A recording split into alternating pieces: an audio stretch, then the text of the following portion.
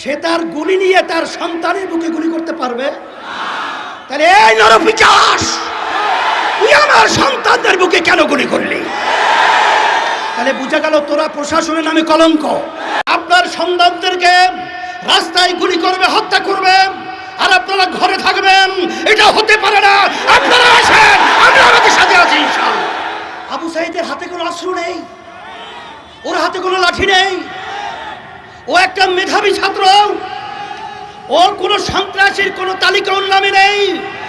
সেখানে ঠান্ডা মাথায় ওর বুকের ভিতরে একটা নয় কয়েকটা গুলি করে পাখির মতো লুকিয়ে ফেলে হয়েছে।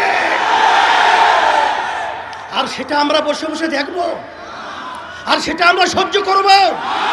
এটা হতে পারে না, হতে দেওয়া যায় না। এর প্রতিবাদে রাস্তায় নামতে হবে। খুনিদের বিচার বাংলার জমিনে করতেই হবে। শুধু তাই না, তাদের বক্তব্যের কারণে আজকে এই হত্যাযজ্ঞ বাংলাদেশে ঘটেছে।